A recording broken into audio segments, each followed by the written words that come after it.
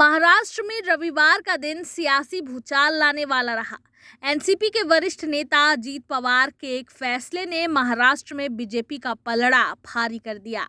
अजीत पवार को राज्य का उप मुख्यमंत्री बनाने के बाद खुद मुख्यमंत्री एकनाथ शिंदे ने इसे 3 इंजन वाली सरकार बताया। उनका स्वागत करते हुए कहा कि अब उनकी सरकार को ट्रिपल इंजन मिल गया है। महाराष्ट्र में हुए इस सियासी उलटफेर ने केंद्र की मोदी सरकार को भी बड़ी राहत दी। लोकसभा चुनाव 2024 में 1 साल से भी कम का समय बचा है और इससे पहले महाराष्ट्र में आया राजनीतिक भूचाल बीजेपी के हक में आया है। अजीत पवार ने बीजेपी की अगुवाई वाले गठबंधन यानी एनडीए का दामन थामकर पीएम नरेंद्र मोदी और केंद्रीय गृह मंत्री अमित शाह को लोकसभा चुनाव से पहले बड़ी राहत दे दी। चलिए आपको समझाते हैं एनसीपी की इस टूट का लोकसभा चुनाव में बीजेपी को कैसे फायदा होगा।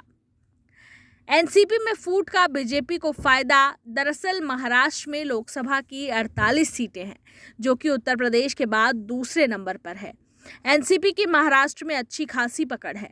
एनसीपी चीफ शरद पवार को विपक्षी दलों के संभावित महागठबंधन का सूत्रधार माना जा रहा है। इसी बीच अब उनके परिवार में ही फूट पड़ गई। सियासी गलियारों में चर्चा है कि अगर लोकसभा चुनाव से पहले सभी विपक्षी दल एकजुट हो जाते हैं तो इससे कहीं ना कहीं बीजेपी के लिए खतरा तो होगा ही।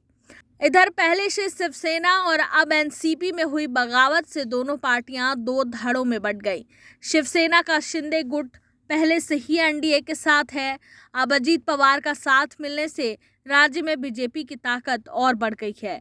अजीत पवार की बगावत को इसलिए लोकसभा चुनाव से पहले बीजेपी के लिए बड़ी राहत के तौर पर भी देखा जा रहा है। इस बार विपक्ष का लोकसभा में एक भी सीट जीतना मुश्किल है। एकनाथ शिंदे ने अजीत पवार के गठबंधन का हिस्सा बनने के बाद खुद कहा, कैबिनेट में सीट बंटवारे पर चर्चा के लिए पर्याप्त समय है। हम महाराष्ट्र के विकास के लिए एक साथ आए हैं। विपक्ष को लोकसभा चुनाव में 4-5 सीटें मिली थीं, लेकिन इस बार वे ऐसा करने में भी कामयाब नहीं होंगे।